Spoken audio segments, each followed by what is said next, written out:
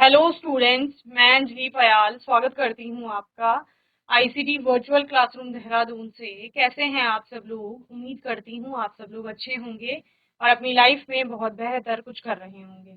आज हम बात कर रहे हैं क्लास 12th की केमिस्ट्री की और चैप्टर चल रहा है haloalkanes and haloarenes, जिसमें बहुत सारे टॉपिक्स पढ़ने के बाद लास्ट सेशन में एमओपी स्टार्ट किया था, method of preparation of haloalkane. Okay, method of preparation of haloalkane में आप लोगों ने देखा था अल्कोहल से हम लोग प्राप्त कर रहे थे एल्काइल हैलाइड्स को, यानी हेलो एल्केन।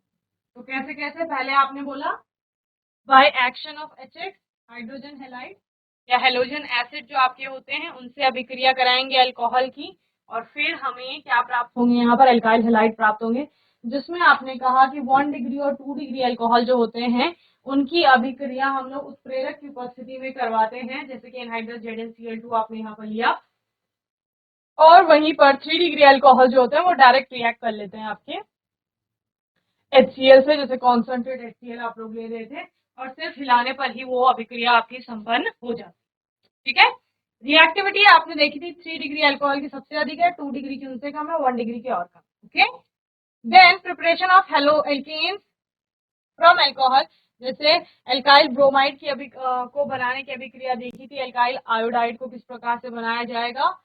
हेलो एल्केन को अल्कोहल से प्राप्त करने में आपने सेकंड देखा था फॉस्फोरिक हैलाइड, यानी फॉस्फोरिक हैलाइड की अभिक्रिया कराई जाएगी अल्कोहल से और फिर आपको एल्काइल हैलाइड प्राप्त होंगे, जिसमें हमने फास्फोरस पेंटाक्लोराइड और फास्फोरस ट्राइक्लोराइड की बात की थी। इससे अभिक्रिया करने पर भी आपको एल्काइल क्लोराइड प्राप्त होते हैं। देन लास्ट आपका बाय रिएक्शन विथ थायनिल क्लोराइड, यानी अल्कोहल की अभिक्रिया SOCl2 के साथ कराई जाएगी और फिर आपका प्रोडक्ट बनेगा।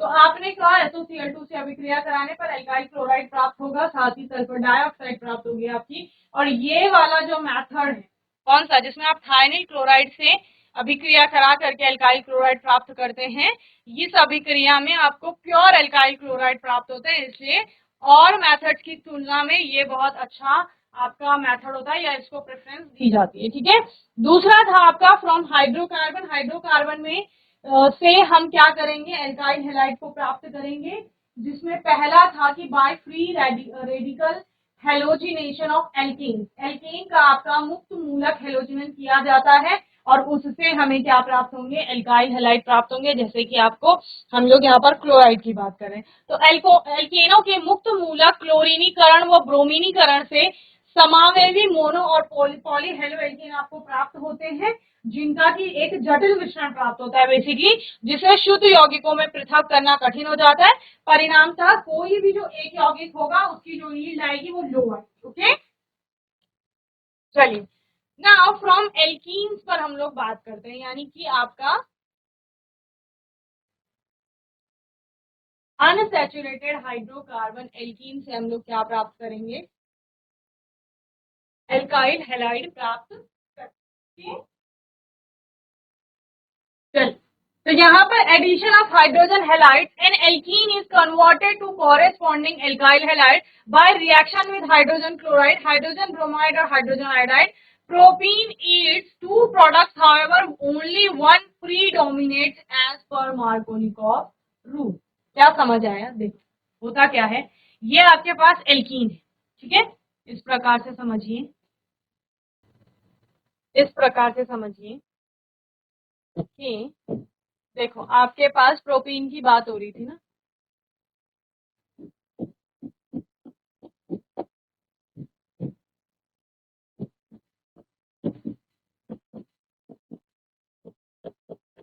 ठीक है, ये आपका प्रोपीन है। सपोज इस पर HBr आपका रिएक्ट कर रहा है,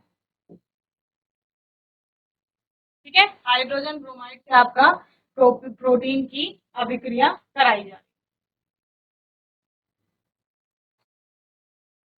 अब क्या होगा? यहाँ पर हाइड्रोजन ब्रोमाइड हो सकता है, हाइड्रोजन आयोडाइड हो सकता है आपका, या फिर हाइड्रोजन क्लोराइड हो सकता है, कोई भी हो सकता है, ठीक है ना। ये आपका टूटेगा, किसमें टूटेगा? इस पे पार्शियल पॉजिटिव, इस पे पार्शियल नेगेटिव चार्ज, या ये पॉजिटिव में H पॉजिटिव और Br नेगेटिव में टूटेगा, ठीक है। डबल बॉन्डेड कार्बन दो है आपके, ठीक है, दो कार्बन है डबल बॉन्डेड, तो दोनों में से जब ये बॉन्ड टूटेगा तो दोनों पे वैलेंसी आएगी, एक पर आपका H जाएगा जुड़ने, एक पर B आ जाएगा, जैसे आपने बताया, ठीक है ना। तो देखो क्या क्या हो सकता है, क्या क्या पॉसिबिलिटी है।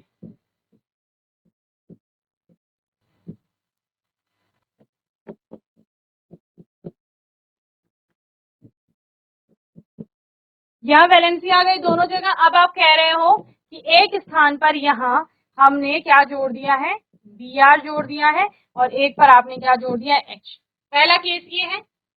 अब यहाँ हाइड्रोजन दो जोड़ दीजिए, यहाँ ब्रोमीन जोड़ दीजिए। दूसरा क्या केस हो सकता है,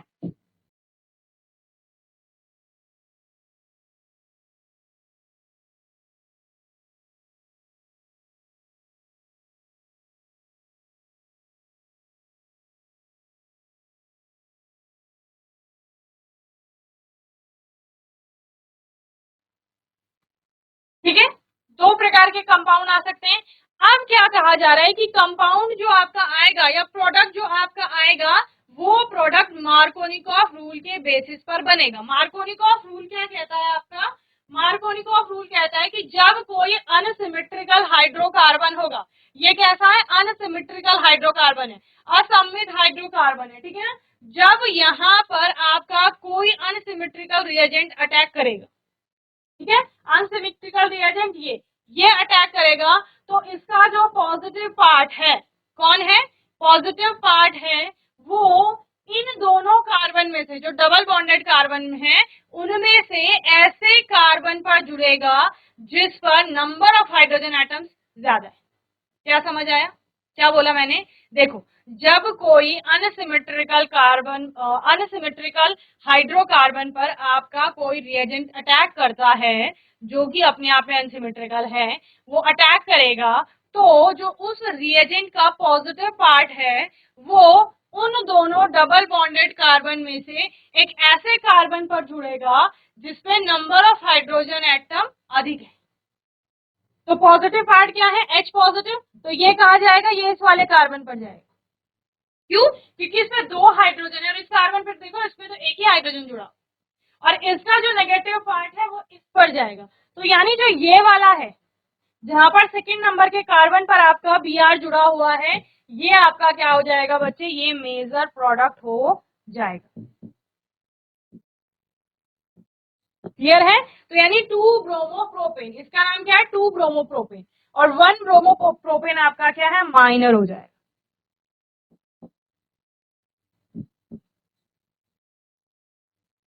माइनर प्रोडक्ट। ठीक है, बोलो भाई, समझ में आया।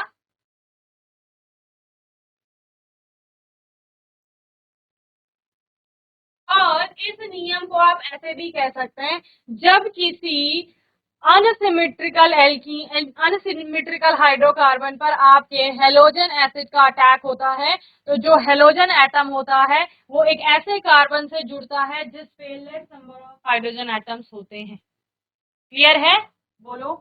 चलिए, तो ये आपने 11th क्लास में पढ़ा है वैसे, पर आप नोट कर लेंगे, Markovnikov rule.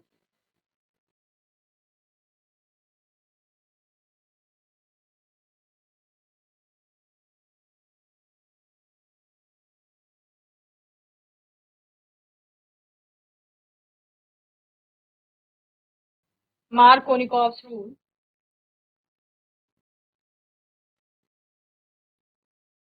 when an unsymmetrical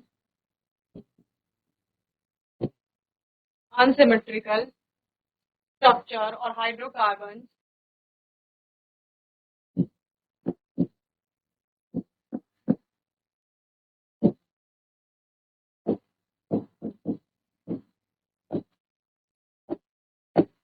combines with combines a halogen acid,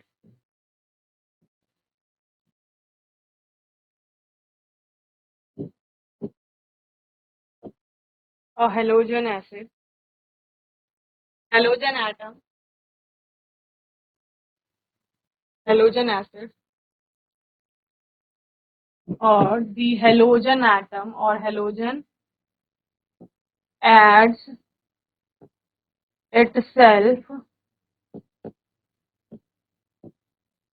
to the less hydrogenated carbon atom, to the less hydrogenated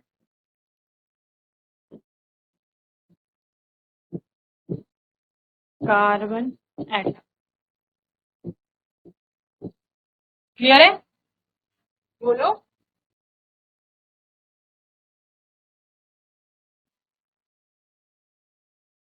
किसी भी तरह से आप इसको लिख सकते हैं, चाहे आप पॉजिटिव वाले के टर्म में लिखे या फिर हेलोजन के टर्म में लिखे, नेगेटिव के टर्म में लिखे, ठीक है ना।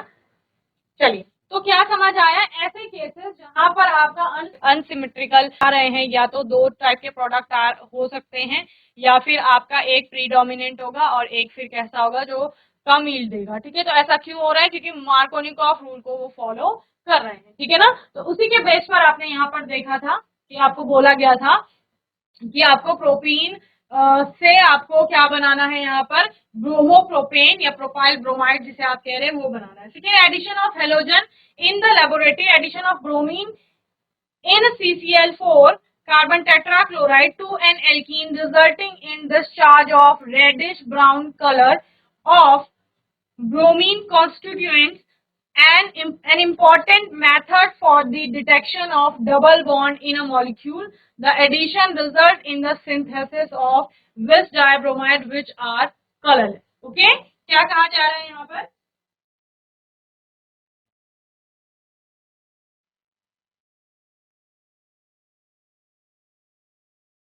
यहाँ पर क्या कहा जा रहा है? देखिए, इन द लेबोरेटरी, प्रयोगशालाओं में addition of bromine in CCl4, carbon tetrachloride के साथ ब्रोमीन का जो संयोजन है, to an alkene resulting in discharge of reddish brown colour. देखो, ब्रोमीन जो होता है ना वो रेडिश ब्राउन कलर का होता है, CCl4 के साथ उसका एक क्या बना रहा है, संयोजन बनाया जा रहा है, और उसको डाला जा रहा है एल्कीन में, ठीक है, किसी एल्कीन में।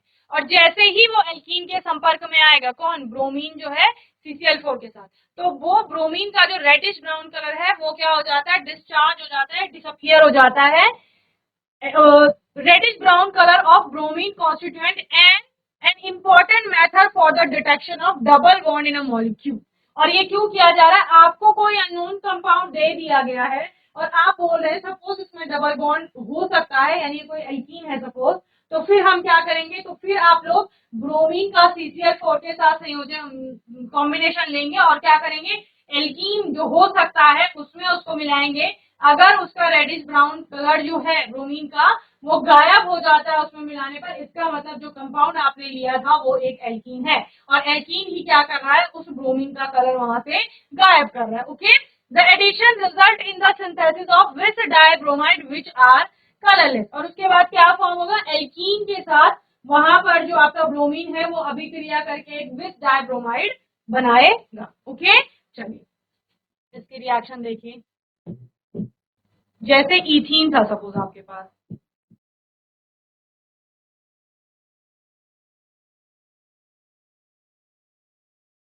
इसका क्या कराना है? Br2 के साथ रिएक्शन करवाया CCl4 की प्रेजेंस, ठीक है। अब क्या होगा? ये बॉन्ड टूटेगा, दो वैलेंसी आ गए, दोनों जगह Br जाएगा, तो यही है विस डाइब्रोमाइड।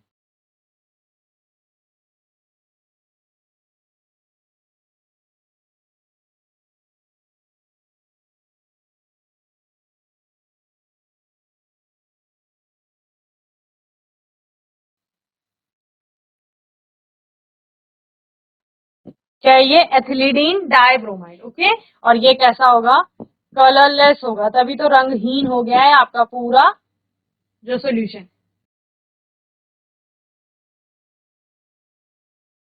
तो यहाँ पर हेलो एल्केन और हेलो एरीन आपका चैप्टर चल रहा है। बैठ जाएंगे अपनी सीट पे, ऐसे खड़े नहीं होंगे। और हम क्या कर रहे हैं? हेलो एल्केन को देखो, ऑर्गेनिक केमिस्ट्री में जिस भी आप कंपाउंड के बारे में पढ़ रहे हो, ध्यान से सुनेंगे, अभी पेपर में आएगा तो फिर समझ नहीं आएगा प्रश्न। जिस भी कंपाउंड के बारे में आप पढ़ रहे हो, कंपाउंड यानी कि यौगिक, चाहे आप हेलो एल्केन के बारे में पढ़ रहे हो, एरीन के बारे में पढ़ रहे हो, एल्कोहल के बारे में पढ़ रहे हैं, फिनॉल हो गया, एल्डिहाइड हो गया, कीटोन हो गया, कार्बोक्सिलिक एसिड हो गया, अमाइंस हो गए, किसी के भी बारे में जब आप पढ़ रहे हैं तो एक चीज आता है सबसे पहले कि उसके बारे में जानना कि ये है क्या, सिंपल सी बात। दूसरा हम पढ़ेंगे उसका नाम, कि वो नाम कैसे हम उसका पढ़ेंगे या लिखेंगे, ठीक है ना। तो कॉमन सिस्टम में नाम, जैसे हम लोगों का घर में नाम होता है कुछ ना कुछ, हमारे फ्रेंड्स बोलते हैं, रिलेटिव्स बोलते हैं, हमारे पेरेंट्स बोलते हैं।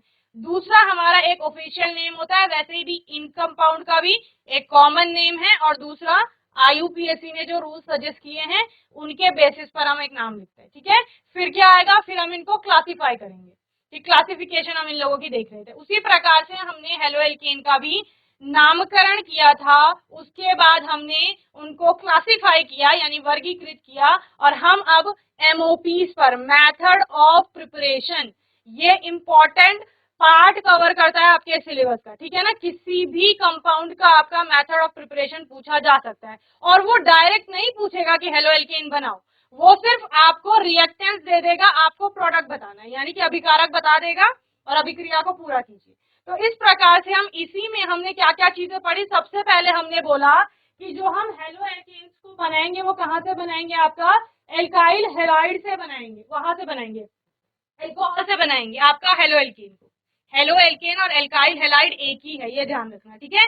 हेलो एल्केन IUPAC में बोला जा रहा है, और एल्काइल हैलाइड कब बोला जा रहा है, कॉमन सिस्टम, ठीक है ना। तो फ्रॉम एल्कोहल, एल्कोहल से जब हमने हेलो एल्केन या एल्काइल हैलाइड को प्राप्त किया तो सबसे पहले हमने HX, H क्या है, हाइड्रोजन, X का मतलब हेलोजन एटम होगा कोई, ठीक है।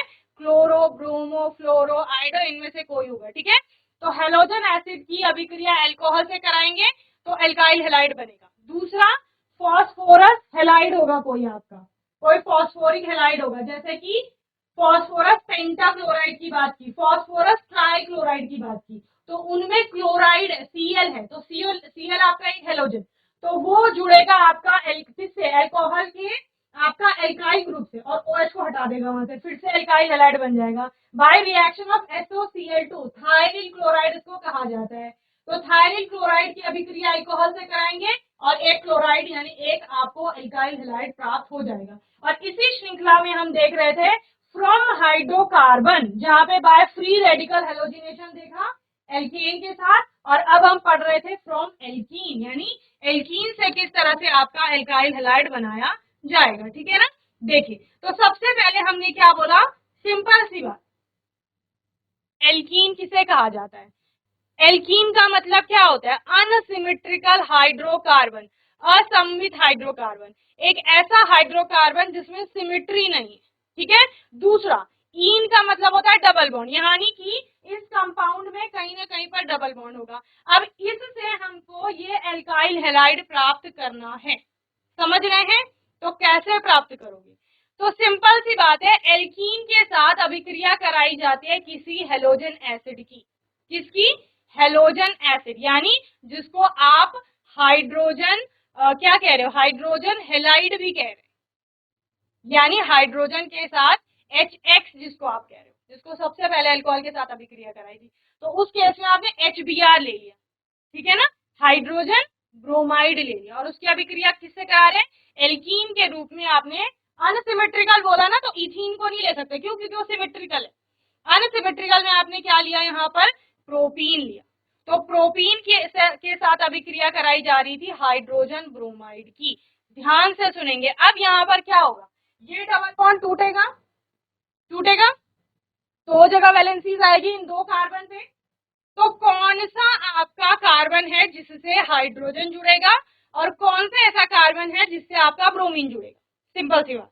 तो हमने बोला भाई, हमने 11th में पढ़ा है मार्कोनिकॉफ रूल, जब भी अनसिमेट्रिकल एल्कीन आएगा और उससे कोई अनसिमेट्रिकल, ये भी अनसिमेट्रिकल है मॉलिक्यूल, ये जुड़ने जाएगा, तो हम मार्कोनिकॉफ जी के रूल को फॉलो करेंगे। उनका रूल क्या था, उन्होंने सिंपल सा बोला कि ये जो अनसिमेट्रिकल मॉलिक्यूल है जिसमें एक एटम पॉजिटिव है और दूसरा निगेटिव है, H पॉजिटिव और Br निगेटिव, ठीक है ना, वो क्या करेंगे, आपका उनमें से जो पॉजिटिव है, ध्यान से सुनेंगे, जो पॉजिटिव पार्ट है वो इन दोनों डबल बॉन्डेड कार्बन में से ऐसे कार्बन पर जुड़ेगा जिस पर आपका नंबर ऑफ हाइड्रोजन एटम अधिक है।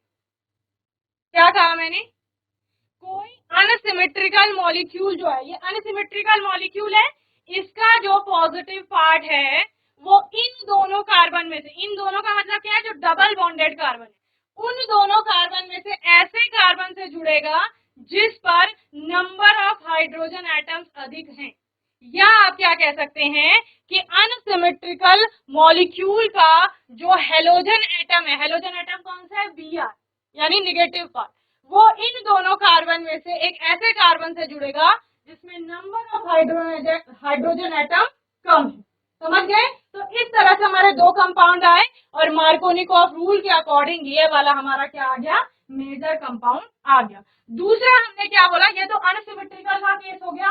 अगर इसके स्थान पर सिमेट्रिकल इथीन है हमारे पास, सपोज ये वाला सिमेट्रिकल इथीन है हमारे पास, इसके साथ अभिक्रिया कराई जाएगी ब्रोमीन की CCl4 के साथ मिला करके, तो क्या होगा, तो आपका जो ब्रोमीन होता है लैब में देखना वो रेडिश या रेडिश ब्राउन कलर का होता है। तो जैसे ही वो CCl4 के साथ मिला करके एक एल्कीन में डाला जाएगा, Br2 को CCl4 के कार्बन टेट्राक्लोराइड के साथ मिला करके किसी एल्कीन में डाला जाता है, तो Br का जो अपना कलर है, ब्रोमीन का जो अपना कलर है वो गायब हो जाता है और उसके बाद विस डाइहेलाइड, विस यानी निकटवर्ती कार्बन पर एक समान हेलोजन एटम है, इसको विस कहा जा रहा है या विसिनल।